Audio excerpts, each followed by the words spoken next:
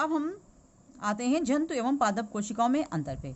तो जब इनका स्ट्रक्चर में पढ़ा रही थी मैं काफ़ी कुछ बता चुकी हूँ। चलिए एक बार रिटर्न में भी देख लेते हैं कि जंतु कोशिका और पादप कोशिका में सबसे पहला अंतर है कोशिका भित्ति, जो कि जंतु कोशिका में नहीं पाई जाती है, और कवक को छोड़कर सभी पादपों में प्लाज्मा झिल्ली के चारों ओर सेलुलोज की बनी हुई एक कोशिका पाई जाती है। ये देखिए, ये क्या अभी मैंने बताया था आपको, सेलुलोज की बनी हुई ये कोशिका भित्ति पाई जा रही है, जो कि एनिमल सेल में नहीं थी।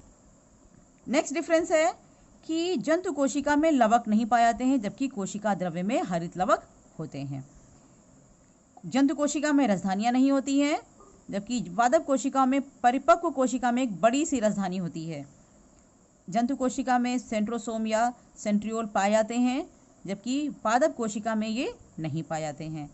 गोल्जी कॉम्प्लेक्स कंप्लीट होता है, यानी कि पूर्ण विकसित होता है और बिल्कुल क्लियर होता है, जबकि जो पादप कोशिकाएं होती हैं उसमें गोल्जी कॉम्प्लेक्स कम विकसित होता है, छितरा हुआ होता है, इसलिए इसको हम डिक्टियोसोम भी बोलते हैं।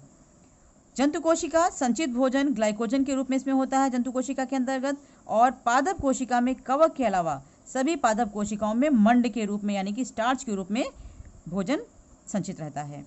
इसके अलावा जंतु कोशिका में विभाजन जब हो रहा होता है तब एक खांच कोशिका को दो भागों में बांटती है, और यह खांच बाहर से अंदर की ओर बढ़ती है, जबकि जो पादप कोशिकाएं होती हैं उसमें कोशिका विभाजन के समय पादप कोशिका के मध्य में कोशिका पट्टी यानी कि प्लेट बनती है जो अंदर की ओर बढ़ती है। तो ये था जंतु कोशिका और पादप कोशिका में डिफरेंस। स्टूडेंट्स, अब मैं आपको पादप कोशिका और जंतु कोशिका के कलर्ड नामांकित डायग्राम भेज रही हूँ।